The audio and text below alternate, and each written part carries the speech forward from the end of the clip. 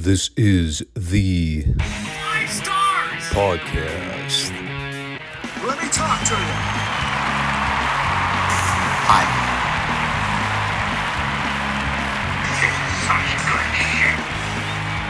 So, what do you guys want to talk about?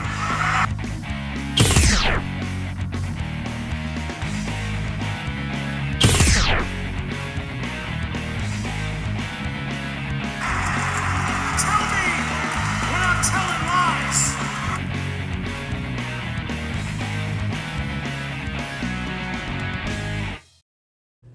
Thanks, guys. Back to you.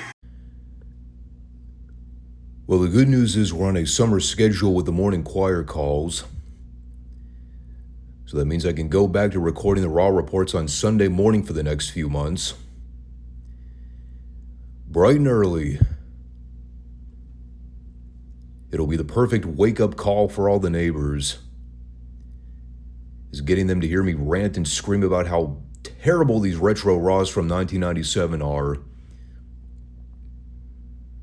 Not that I immediately want to spoil how the rest of the podcast is going to go. No, actually, there was some moderately decent stuff on the show this week. It's still by and large a horrible 2-hour weekly program. But you can't tell anybody my age that. Elsewise, you might trigger the marks. By golly, we live vicariously through these Attitude Era shows, darn it. Or whatever they call it during this time. The New Generation Era. Whatever. How dare you criticize Retro Raw from the late 90s? The Monday Night Wars are our bread and butter. No, for me it isn't. My bread and butter is anything from Mid-South in 84 or Crockett Promotions from 86 to 88. Those are my two glory periods. You can have your late 90s time frame. I don't care what anybody says. You can't convince me there have been any other time periods better than those. Mid-South 84 and Crockett Television on the syndicated superstation from 86 to 88.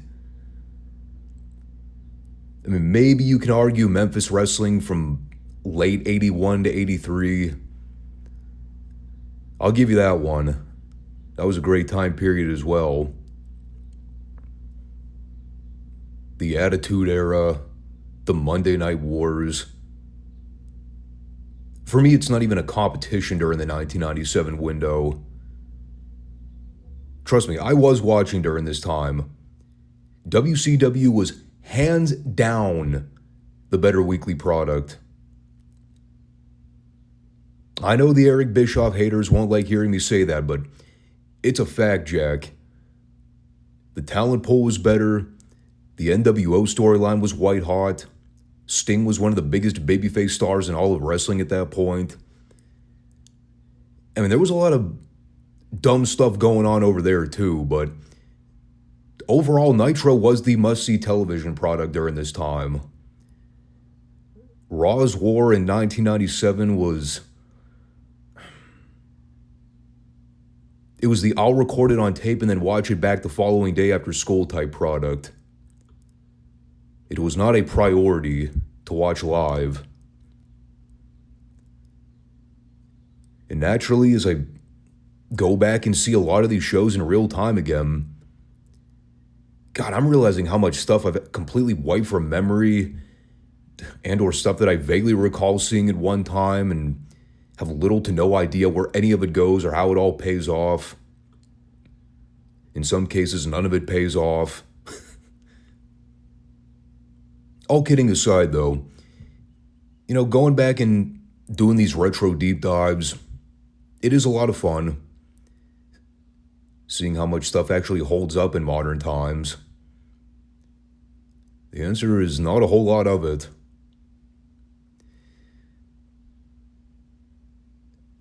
Before we get into the show, though, make sure if you're all watching the 5 Starr Wrestling Report for the first time that you subscribe, comment, and leave a like down below. We are the wrestling podcast nobody knows but everybody needs.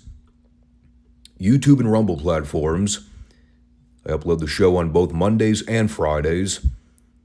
All the classic retro footage we've been covering on this channel for the last 4 years. Holy cow, it's been a lot. And we're coming up relatively soon, I think, on a 5-year run. I believe it was late summer of 2021. The first upload I did back on this channel. Back when I was in a very dark period of my life, and a period that I do not look back on fondly. I've come a long way personally. Glad to say I've managed to pull myself out of that rotten period of my life. The trenches. And the wrestling talk has been a definite breath of fresh air, so to speak. It's been a challenge to actually stick with a format, especially for people that have been following the channel since the beginning. I really tried to stay in touch with modern wrestling to the best of my ability, but everyone has their Popeye moment eventually, right? When the reality ultimately sets in that nothing about modern pro wrestling in the last 15 years is worth investing in. No matter what billionaire tries to invest in vanity projects, no matter who overtakes or steps in to fill positions of previous owners that are forcibly ousted for being creeps and or sexual deviants, they're all one and the same, man. None of them know what the hell they're doing. There's not a single competent person in the business today that truly gets or even understands what professional wrestling is and used to be. It's been saturated and sterilized to the point of no return. And it took me, basically 4 years of doing this to really accept that reality.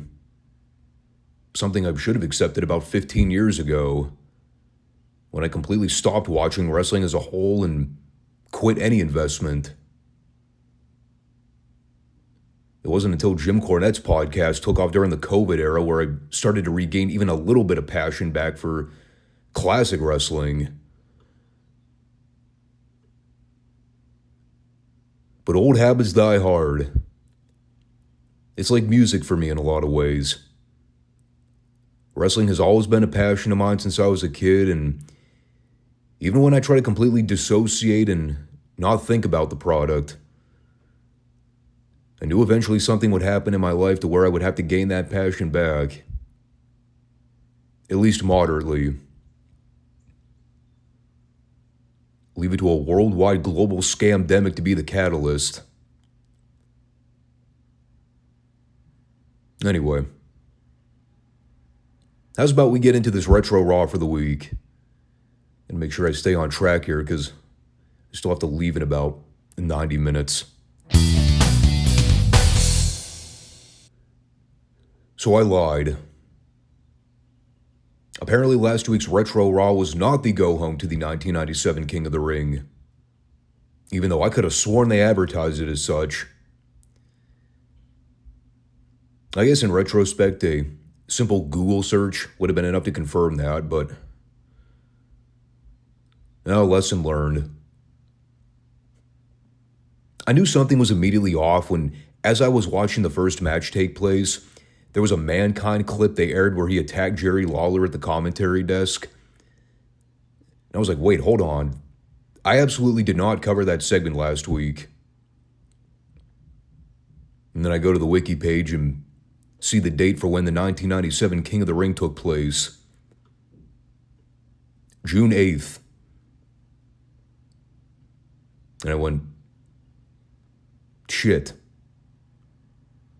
I just wasted a whole 10 minutes of watching something that we should be reviewing next week.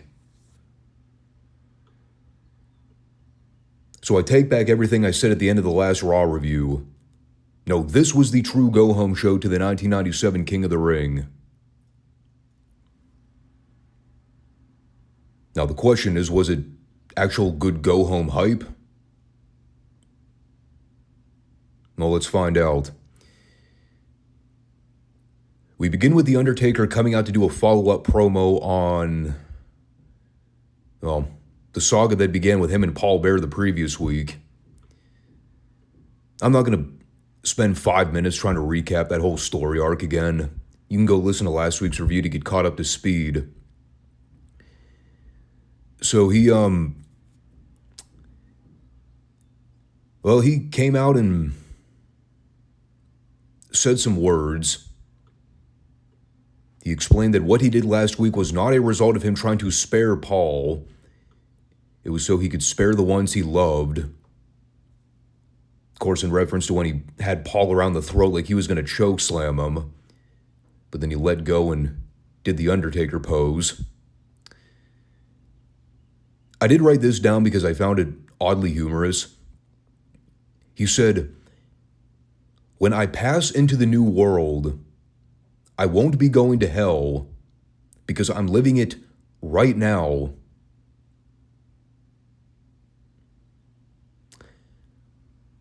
When he passes onto the new world, he says.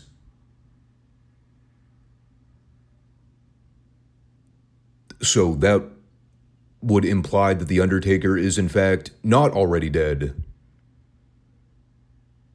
Even though that completely invalidates everything about his character in the previous 7 goddamn years. But we'll overlook that for the sake of splitting hairs. And so his conclusion is that he must reunite with Paul Bearer as his manager, against his better judgment, to avoid having his giant secret unveiled to the world. However, he is making it clear that when all is said and done, Paul would rot in hell for eternity. And so that brings out the big tub of goo himself, Percival Paul Bear Pringle, as I would aptly call him during this time.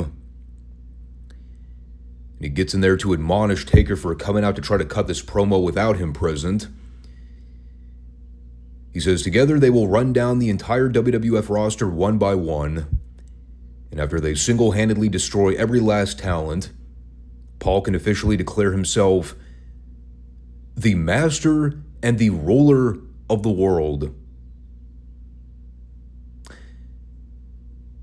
And lo and behold, almost as if they were pre-planning for Paul to mention the idea of being the future master and ruler of the world, ain't that oddly convenient that the minute those words cross Paul's mouth,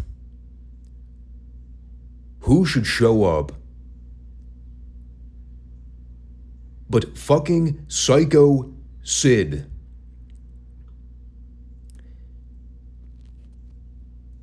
Now, let's pause for a minute here and try to rationalize a few things. First of all, the idea that The Undertaker is bound by demand to be at Paul's mercy, that he has to accept him as his manager to avoid having this secret revealed to the whole world, it's silly, it's dumb. But at least there's a semi-coherent reason to kind of kayfabe it.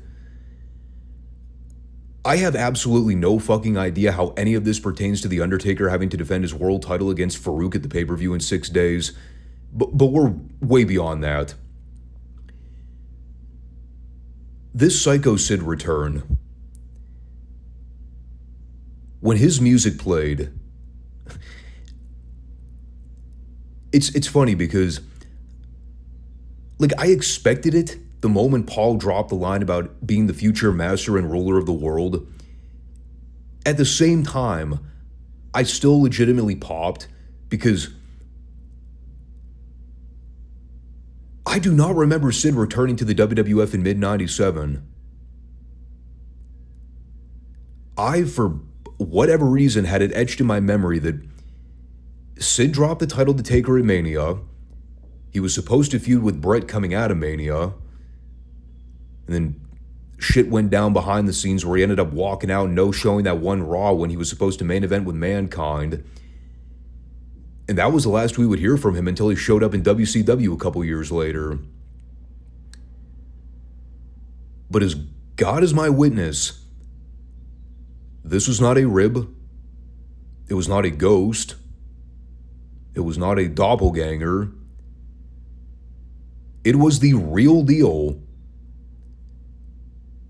Sycho Sid showed up on the Go Home Raw to the 1997 King of the Ring. He confronted Taker and Paul, cut the best fucking babyface promo of all time, wherein he called Paul Fat Man, said that The Undertaker won the WWF title from him fair and square. He continues to wear the belt with pride. However, if he wants to attach himself to this leech known as Paul Bear, that makes him no better than Paul. So by him using circular logic, he managed to coerce The Undertaker into giving him his title rematch, even though Sid originally was not going to ask for one. All because Taker decided to take Paul back as his manager. And so,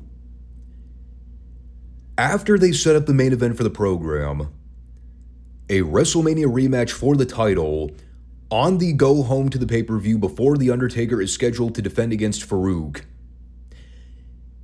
Now is the point where Farouk comes out to basically remind everybody, hey, you know, I'm kind of headlining this King of the Ring pay-per-view in 6 days for the title. Glad he brought it up. And after he cut the heel promo on Taker, vowing that he would be the champion by this time next week, Taker went after the entire nation as Sid posed in the ring and continued to be showered by praise and admiration. There are many universal truths when it comes to this world.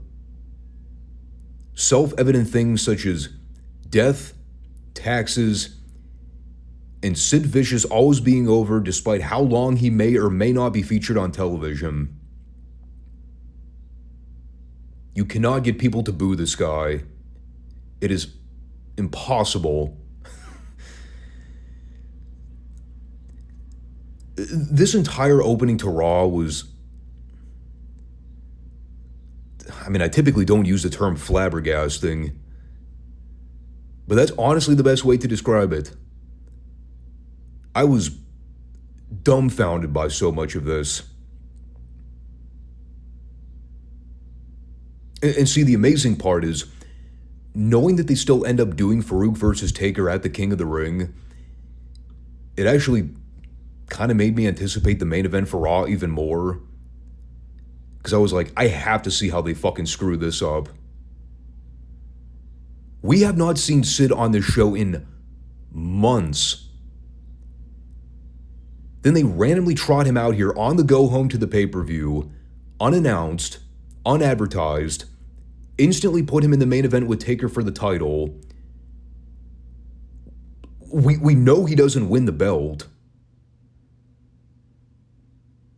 But I still had to see how they managed to kill the crowd's enthusiasm.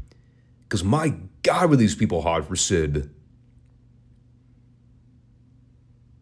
I mean, there's absolutely no way they don't try to start a riot when Sid doesn't win later on. Oh, just you wait. I severely underestimated just how terrible that finish would be. So we go from that to Ahmed Johnson versus Farouk. I guess we're also to presume that the nation managed to outrun The Undertaker during that hot pursuit. Put a sticky note on that for a minute. Couple things to note about this. I think I've beaten this drum to death, but for those that missed it, the WWF title match for this pay-per-view coming up in less than a week, Farouk challenging for the WWF title. Yeah, you would think that maybe they'd want to have him go out there and show that he was a reasonably plausible challenger.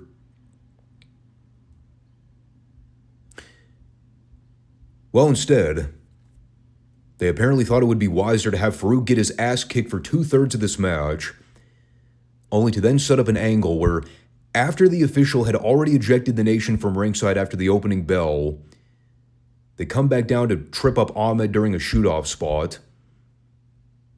The referee had no issues with the Nation coming back down. I know that's incredibly shocking to hear. Meanwhile, here comes The Undertaker to start fighting with the Nation again. And it is during this melee where not only does the ref not call for the blatant disqualification after having seen The Undertaker and Farouk exchange blows on the floor. No, even dumber, they actually book a finish where Ahmed gets beat. And I have absolutely no fucking idea how it happens. The camera completely missed the shot. All we see is Farouk leaving the ring with his arm raised while Ahmed's laying flat on his back. There's no replay. There's no explanation as to what happened. All we see is The Undertaker running off the Nation members again. And then for reasons that are, again, unexplained, other than us having to assume that The Undertaker's a dick, he ends up chokeslamming Ahmed after he got in his face. I guess because he was pissed that he didn't try to save Ahmed. You know, despite that The Undertaker was trying to fend off 8 fucking guys.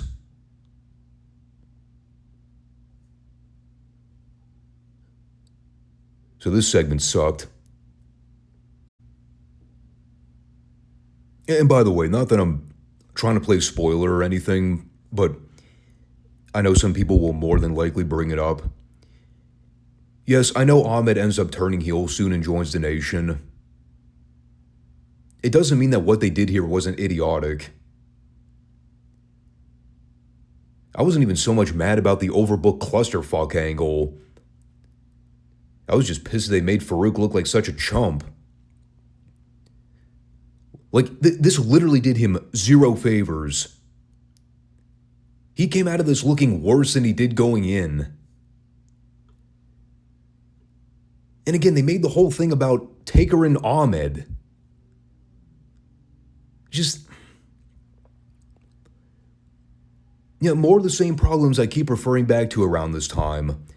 All these overly convoluted, multi-layered feuds with guys where you can't tell who the good guy is or the bad guy is.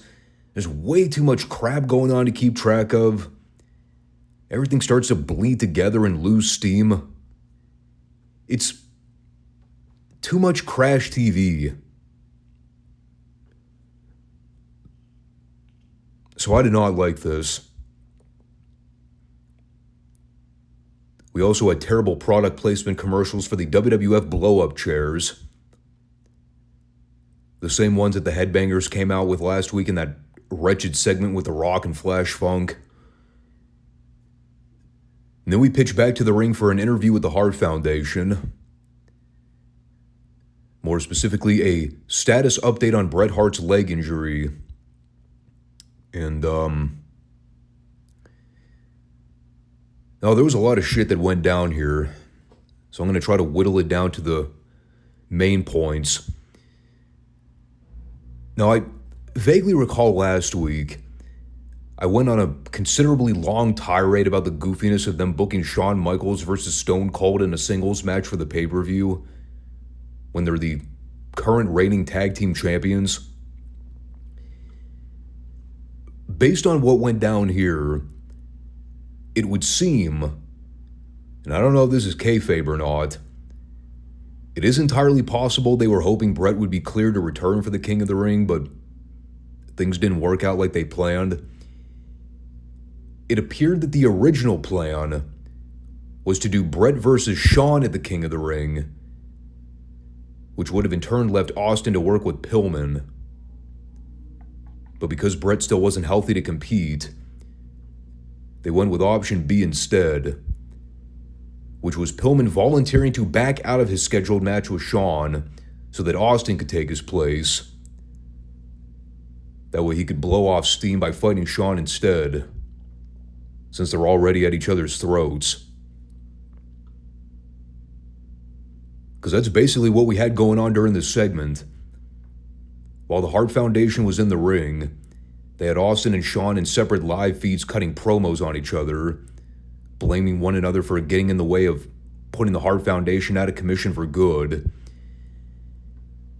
And so after Austin called out Shawn and told him to come find him so he could beat his ass, Shawn immediately left this location to go confront Austin in his locker room.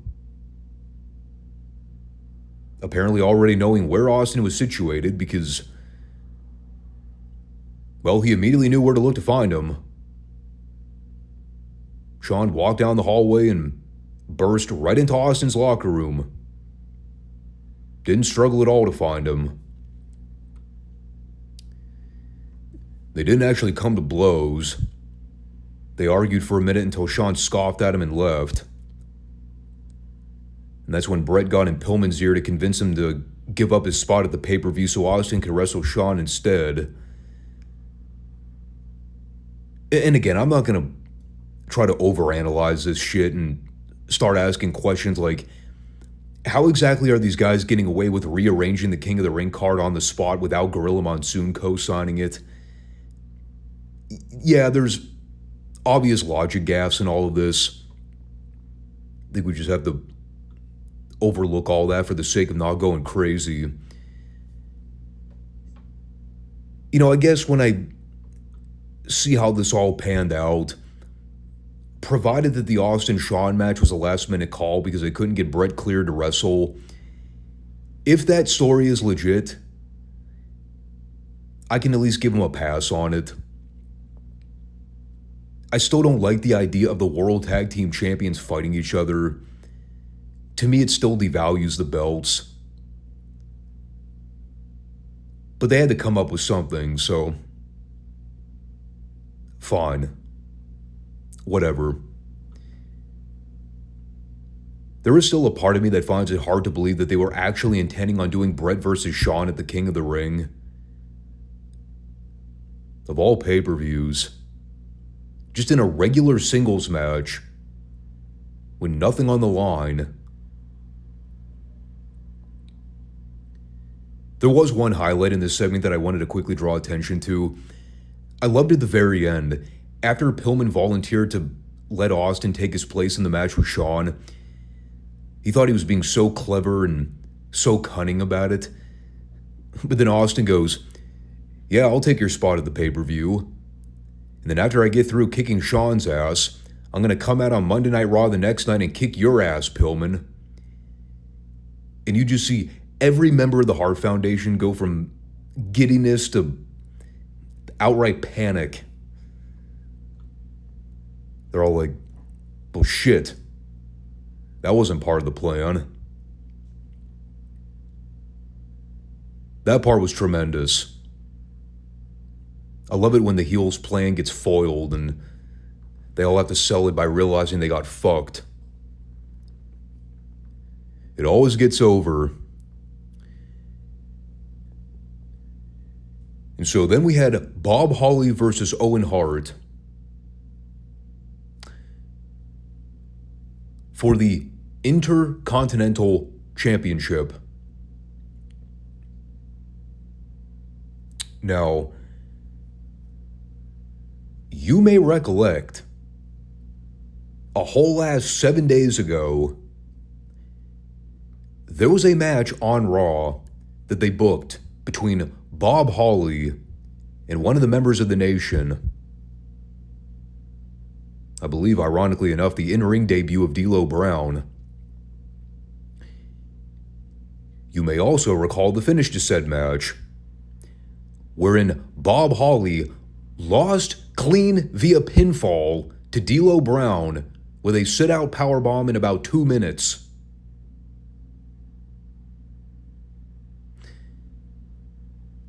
This apparently gave them the idea that Bob Holly was now deserving of an Intercontinental title match.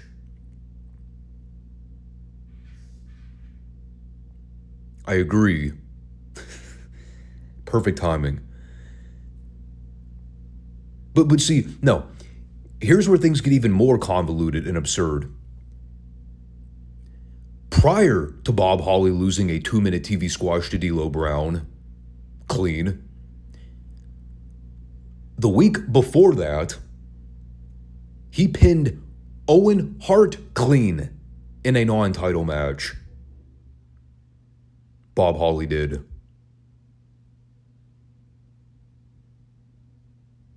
So over a 3-week span, the timeline is as follows. Holly beat Owen Hart in a non-title match. Then the week afterward, for literally no reason I can conceive of, he lost to D'Lo Brown. And now this is the week that he is getting a title shot against Owen Hart.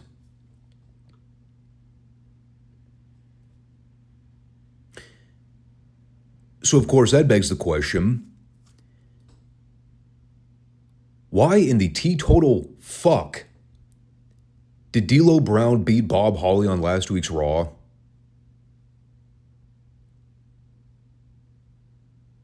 What purpose did that serve? Were there just no other bodies available for them to serve up to the nation? They had to use Holly in that match? After they just got done having him pin the Intercontinental Champion on TV the week prior? Thus setting up a title match this week?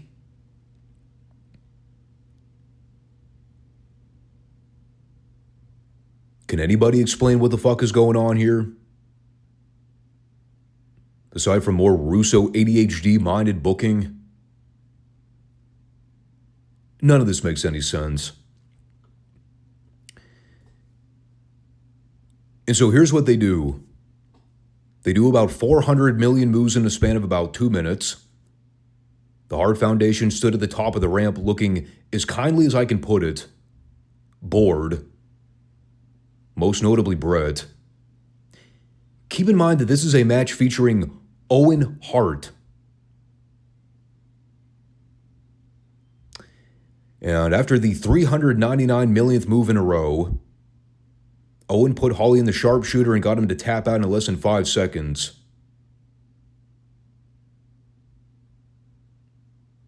Yes, the babyface submitted to the heel clean. Like a complete pussy. Didn't even try to put up a fight.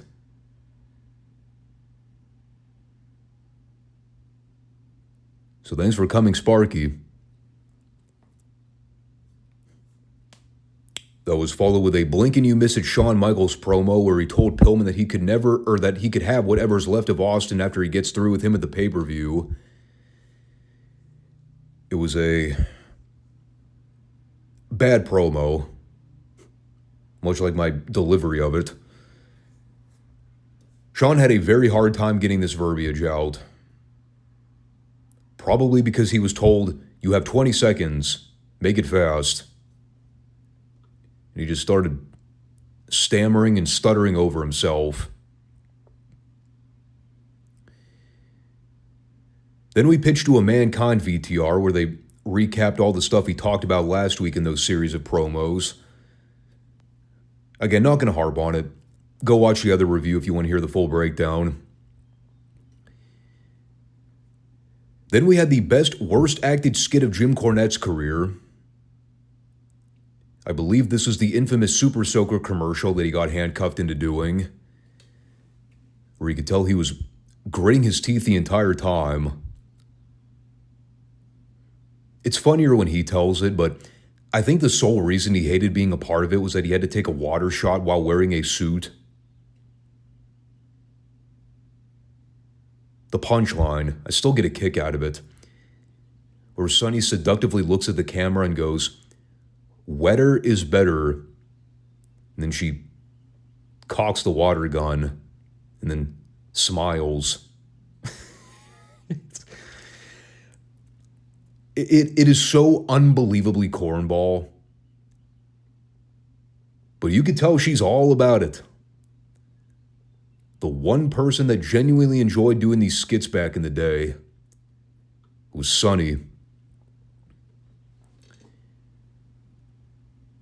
And so then we had, you'll never believe it, a never-before-seen singles bout on Monday Night Raw. The literal biggest ongoing rib in terms of how many times can we book this match until people finally start pelting the ring with tomatoes to see it go away. I kid you not. They did Goldust versus Triple H again. Oh my God.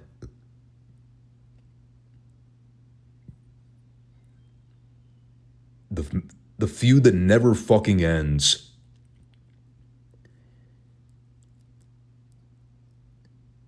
Seriously, at this point, I'm convinced it has to be a joke.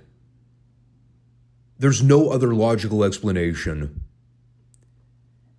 These two have had more matches in the last 5 months alone than we've ever seen John Cena versus Randy Orton over the course of a fucking decade.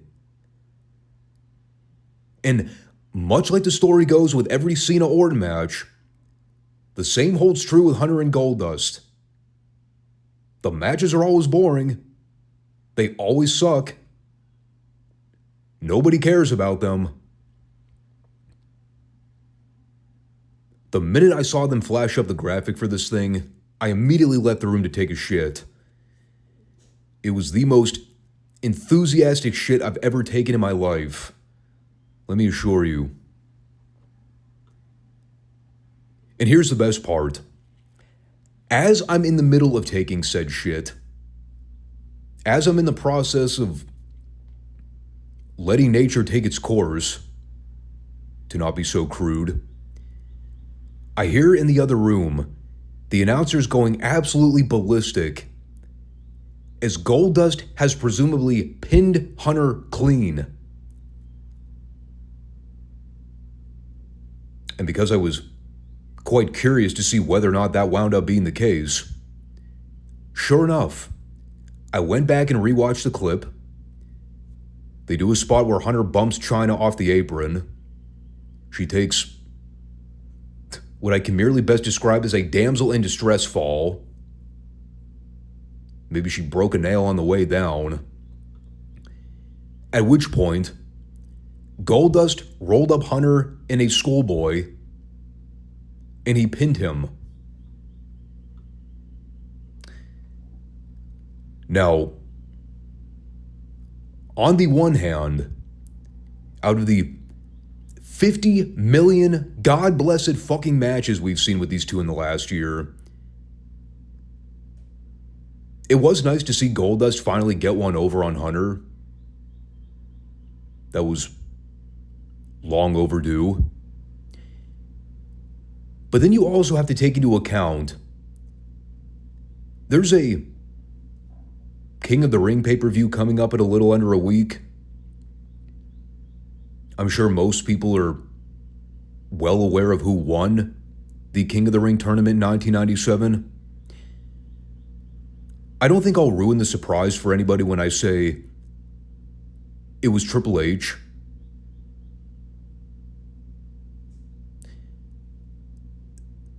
So it only makes cogent sense that Hunter would wind up doing a clean job on TV the week beforehand, right? Kind of like how Bob Holly lost clean to D'Lo Brown last week on Raw, yet somehow found himself in a random unannounced IC title match with Owen Hart this week.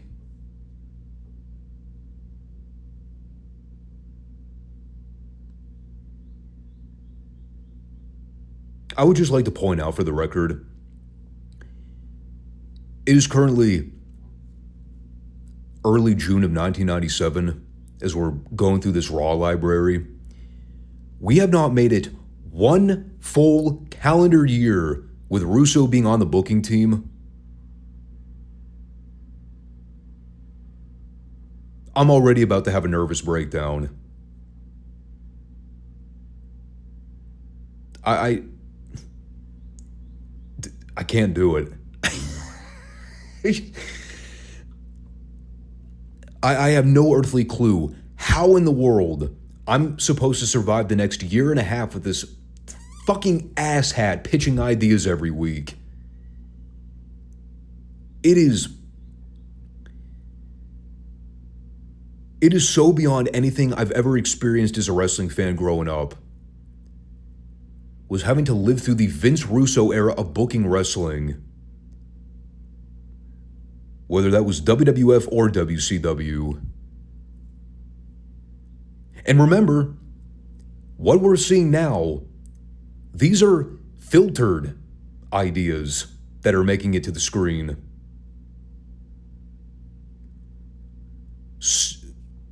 Still stupid ideas, yes, but tame stupid ideas compared to some of the crap we're about to see over the next 18 months.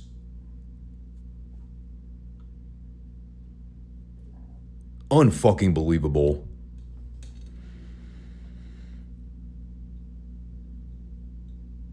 We then had... Well, we actually had a couple replay segments and then another sponsor plug after that.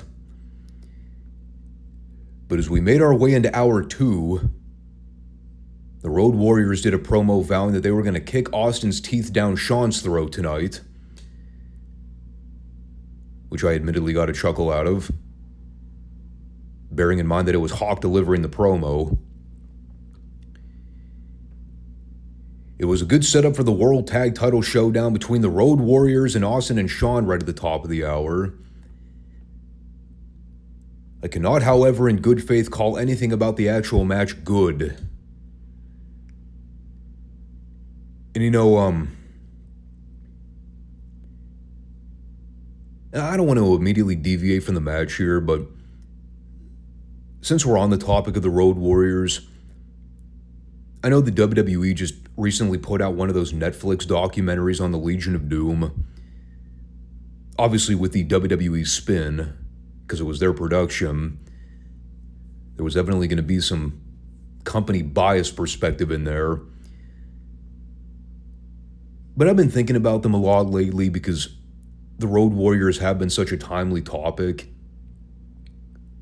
I personally have not seen the documentary yet. I would like to watch it at some point. It's an old urban legend that's been passed down over the years that the Road Warriors WWF run was less than stellar. And I'm talking both their runs, the early 90s run and their comeback in 97.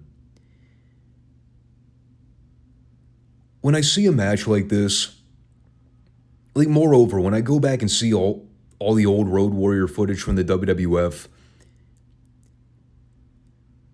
it really stands out just how truly fucked these guys got.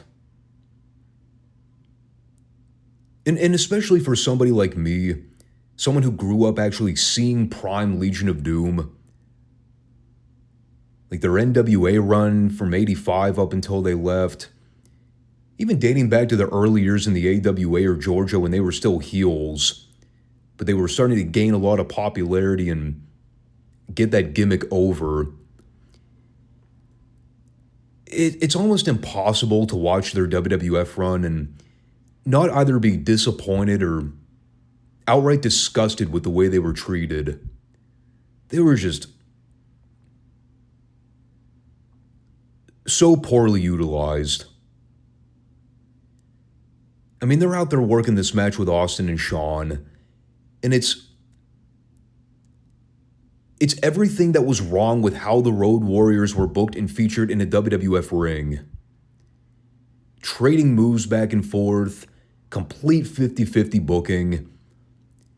It's even more ridiculous when you factor in that they're basically being used as storyline fodder to push the Austin-Michaels feud. Like I said, the match itself really was not good. They end up winning via shitty countout after Austin and Shawn got into a fight on the floor. Meanwhile, they just have to stand in the ring like idiots watching as the champions are getting into a fist fight. Everything you've ever heard about their WWF run being a complete bust, I truly don't think you can fully understand it without actually seeing it happen in real time. And we haven't even gotten to some of the more preposterous shit we're about to see with them in the next year. The LOD 2000, crap with Drunk Hawk, the whole Titantron bump fiasco.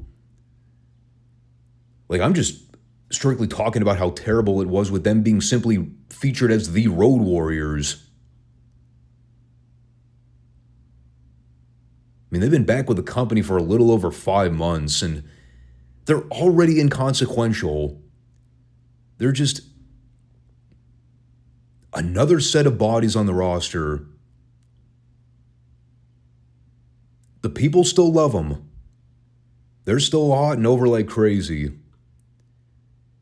But man, this company's done everything in their power to deflate their momentum since they came back. I really truly didn't think it was possible. How do you fuck up the Road Warriors? And then I thought about it for a minute. I'm like, well, yeah, they kind of did that in '88 when they tried to turn him heel. And we all remember how that got over.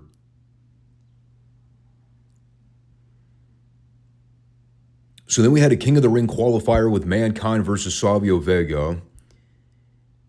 It was also prefaced with another Mankind VTR package where they went into more of his background, specifically his hardcore style. They talked about how he adopted the Cactus Jack gimmick, showing some of the film of the death matches in Japan, him taking the bumps on the thumbtacks and nails, and you know, I'll say this. Again, I'm trying to keep the review chugging along here. I don't want to get bogged down by trying to go over every single detail of these segments. Foley obviously did a great job in getting over the backstory, you know, explaining how Cactus Jack was his way of gaining notoriety outside the WWF umbrella, since McMahon wanted virtually nothing to do with Foley until JR finally sat him down and explained the kind of talent he truly was. I know it's beating a dead horse, but as I've said before, I hated the deathmatch stuff. To this day, I still can't bring myself to actually seek out Mick Foley footage when he's taking bumps on thumbtacks or barbed wire. It's never been my flavor of wrestling. Never will be. I understood why Foley did it, but doesn't mean I have to agree with it. Especially when you see how it's negatively affected the direction pro wrestling culture has gone in the last 15 to 20 years. As far as the match goes between him and Savio, they wrestled for about 3 minutes while Lawler annoyed the shit out of everybody on commentary. Mankind and Savio took a bump to the floor so they could set up the angle where Mankind grabbed Lawler by the collar after he spent virtually the entire match trash-talking him. And while the ref was dealing with Lawler, there was a spot on the other side of the ring where Crush inadvertently knocked out Savio with a hard punch. That way Mankind could get the pin, which led to the afterbirth where Crush and Savio got into a fight. And instead of Farouk coming out to try to break it up, he instead turned his back and walked away through the curtain. The only correct thing we've seen Farouk do since forming this abomination of a nation faction. He finally said, "Nah, fuck them. They're all useless."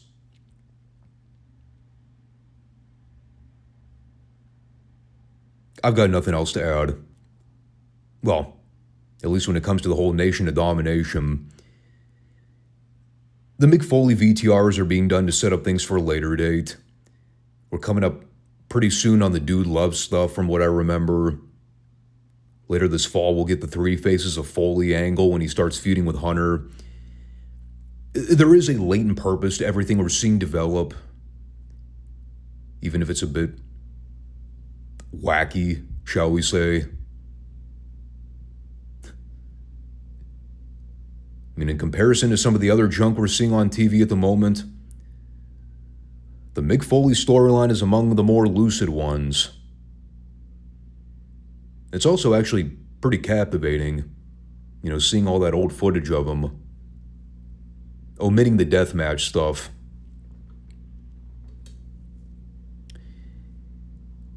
And so that left us with a TV main event of The Undertaker versus Sycho Sid for the WWF title. A WrestleMania 13 rematch. The first time we're seeing Sid back in a WWF ring competing since he dropped the title to Taker.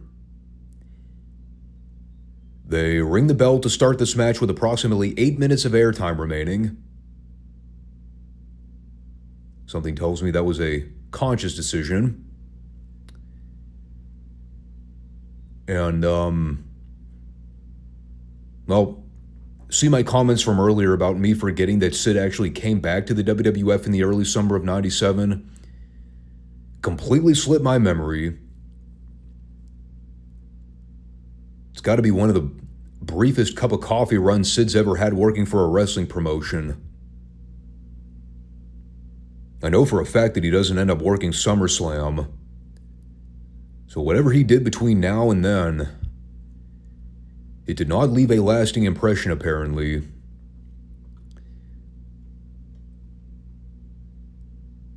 And so here is a nutshell summation of what went down. Again, they rang the bell to start the match with about 8 minutes left. They had a relatively uneventful, slow, methodical big guy fight for about 5 of those 8 minutes. Sid worked over Taker for the majority of it, which was about what you would expect. And then somewhere along the way, Taker fought back. He hit Sid with an out-of-nowhere tombstone for the 3 count. Clean. At which point the Nation immediately hit the ring and started attacking the babyfaces. The same Nation, mind you, that Farouk seemingly washed his hands of several minutes prior. The same Nation wherein we just saw Crush and Savio get into a fight in the prior segment. Now they're just back out here working together like nothing ever happened. And that is how the show basically concluded, with the Nation members laying out Sycho Sid and The Undertaker.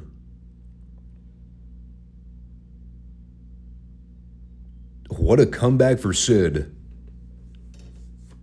They couldn't have pissed on that guy's comeback if they tried harder. I don't know how the hell they managed into sweet-talking him to come back, but I can assure you, he regretted that decision the minute he showed back up to work this Raw. I mentioned earlier how they royally screwed up the booking of this main event back in Seg 1. I'm not making any of this up. This was how they booked Sid's comeback. He was white fucking hot when he showed up at the beginning of the program. And by the time this Raw was over, he was right back to being just an ordinary bottom of the card jabroni. Doing a job to The Undertaker in a 5-minute TV main event. Can you imagine? Well, of course I can. Look at the P-brains putting this show together. What else would you expect? At least Farouk got one over on The Undertaker before he wrestled for the title on Sunday. But what's that really saying at the end of the day? I just don't know what else to say, man. There are people that candidly look back at the Monday Night War period with rose-colored glasses. And while I can appreciate the nostalgia of seeing a lot of these old shows and getting swept up in the general excitement level of a lot of the crowds, on the whole, these shows are really, really bad, dude. They're really bad. Yeah, you had some star power. The booking is just all over the fucking map. It's a constant struggle to keep track of who's mad at who and why. In most cases, I can't even distinguish who the goddamn baby faces and heels are. This time period. A lot of people like to call it the Crash TV era. I like to properly coin it the throw shit at the wall and hope things stick era. But whatever, I'm just regurgitating old talking points. As far as the King of the Ring goes, now that I'm fully cognizant of where we are in the timeline, we will review that pay-per-view in full next week. I've already got a 15-minute head start since I moronically jumped the gun this week and started watching the pay-per-view. We will see if anything actually stands out when we do that retrospective deep dive. Is there anything else worth going back to check out aside from seeing Hunter win the tournament? All signs point to no. But maybe I'll be proven wrong. But that'll be an adventure for next week. So thanks everybody for checking out the show. We will be back this coming Friday for our Saturday night TBS recap as well as Mid-South Television. Normal Friday show there. As far as I know, it's pretty tame right now in my schedule, and I foresee that being the case over the next few months. Summer's a very low-key time, so I guess it's good signs for the future state of the channel. I know pandemonium will ensue eventually, but, we'll cross that bridge when we get there. But thanks everybody for watching, and I'll talk to you all soon. Take care and peace out.